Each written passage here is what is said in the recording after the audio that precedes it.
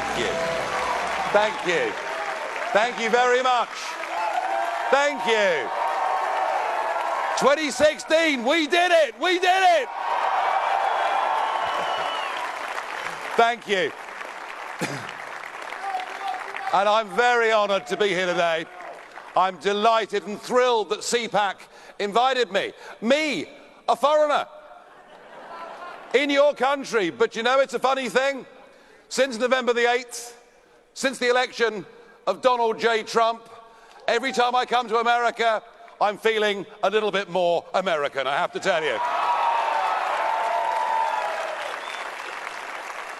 When, in years to come, the generations that follow us study the history of this period, there is one year that will stand out.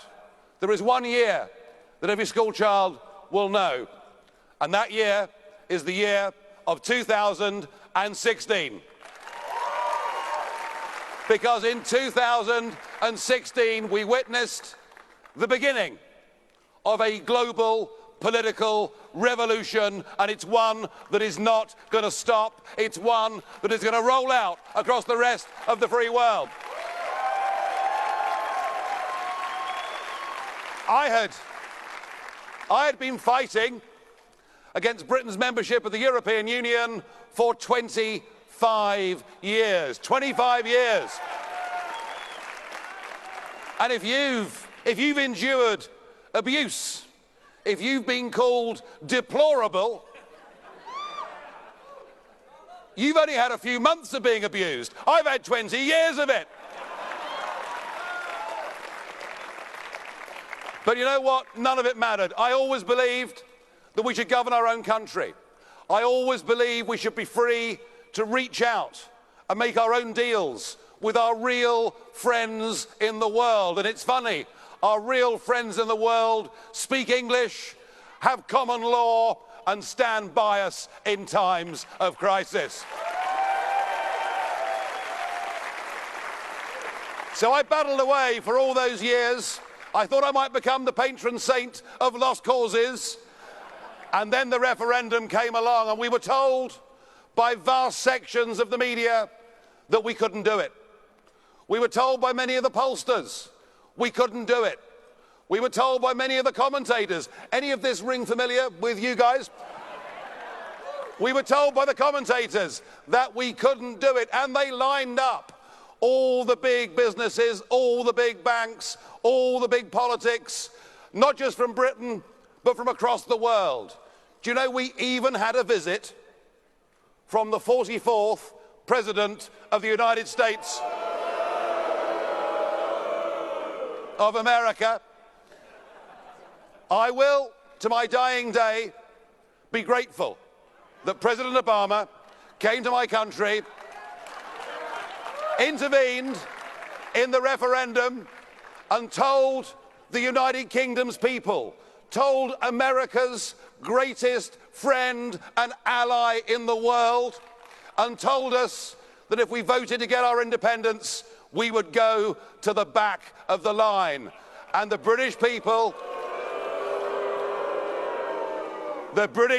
were so disgusted by Obama treating us like this that it put us up 2% in the polls.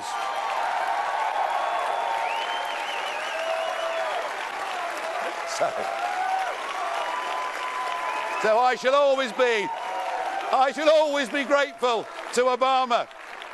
So the great day came, 23rd of June, 2016, and by 3 o'clock in the morning, it was clear that after a period of just after 4 decades in which our politically corrupt rulers had given away our independence, our democracy, our sovereignty, the ability to make our own laws, the ability to choose our own friends, the ability to make the right trade deals with the right countries. Oh, and they'd also given away control of our borders.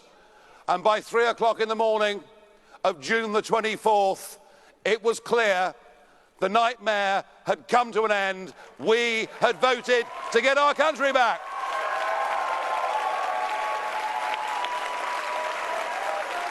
And I can't tell you how thrilled and pleased that I'd felt. It seemed incredible that people had the courage to stand up against the entire establishment, but the brave British people did it. Oh, and by the way, the last opinion poll says that now 68% of the British people want us to get on with Brexit.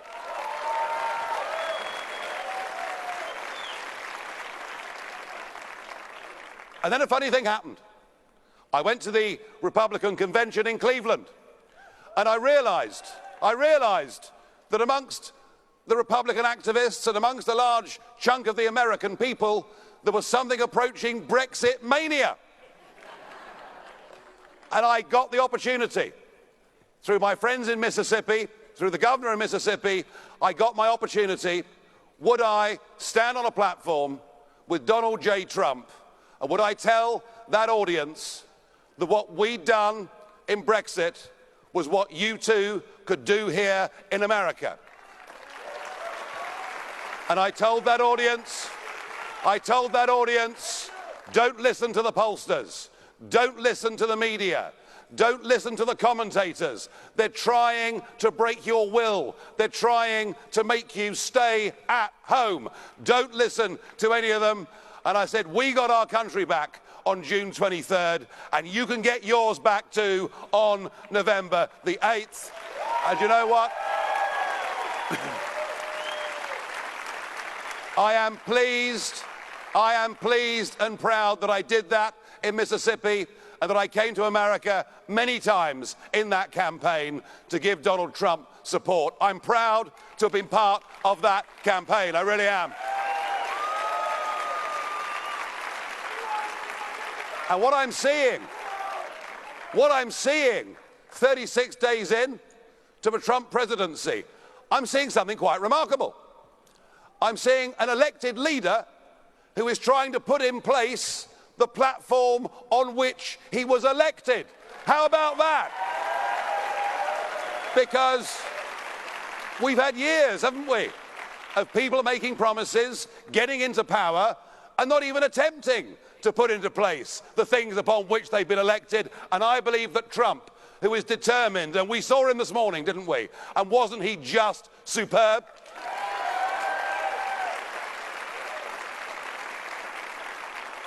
No, what Trump is doing by trying to put in place that ticket on which he was elected, he is restoring faith in the democratic process, and good for him. Good for him. 2016 was the year that the nation-state democracy made a comeback against the globalists and those who would wish to destroy everything that we have ever been.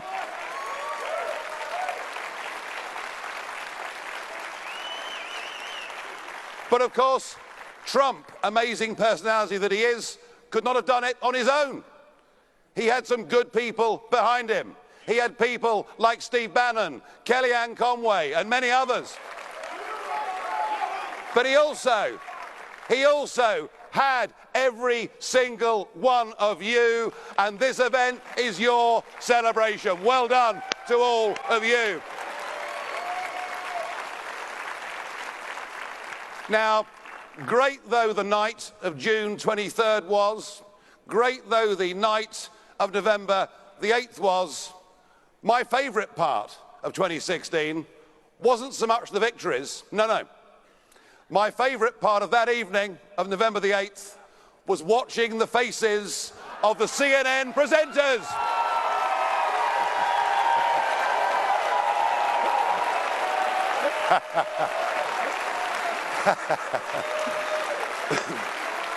And you know what?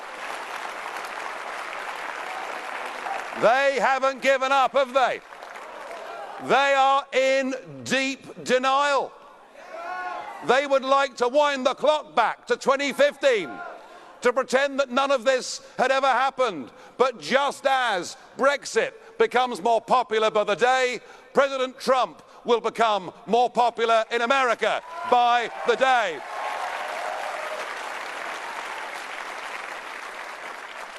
No, they won't give up, and some of their biggest cheerleaders, I'm thinking of Tony Blair in particular,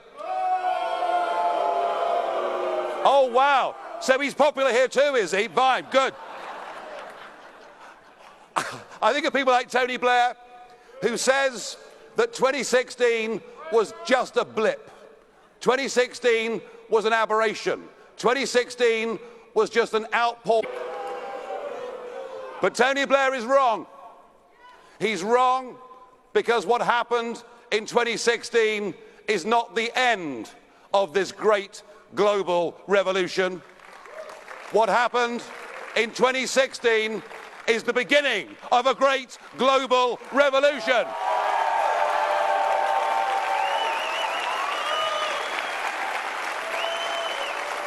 And this will roll out across the rest of the West.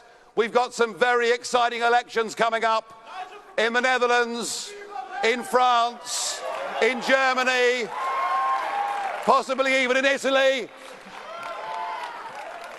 And believe me, I don't yet know whether the results in 2017 will be as dramatic as the results in 2016.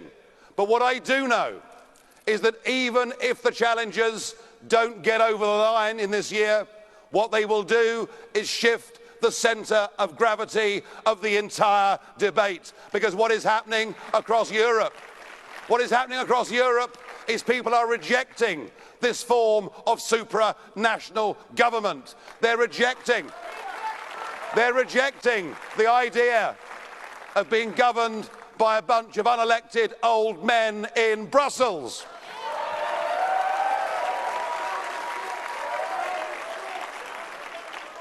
Although I'm very grateful to these unelected old men because I've had some real sport with them in the European Parliament over the last couple of years.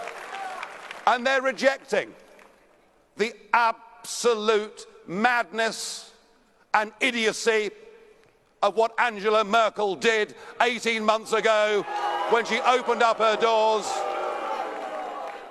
And we've got to be clear. We're not against anybody based on religion or ethnicity. We're not against anybody, but we're for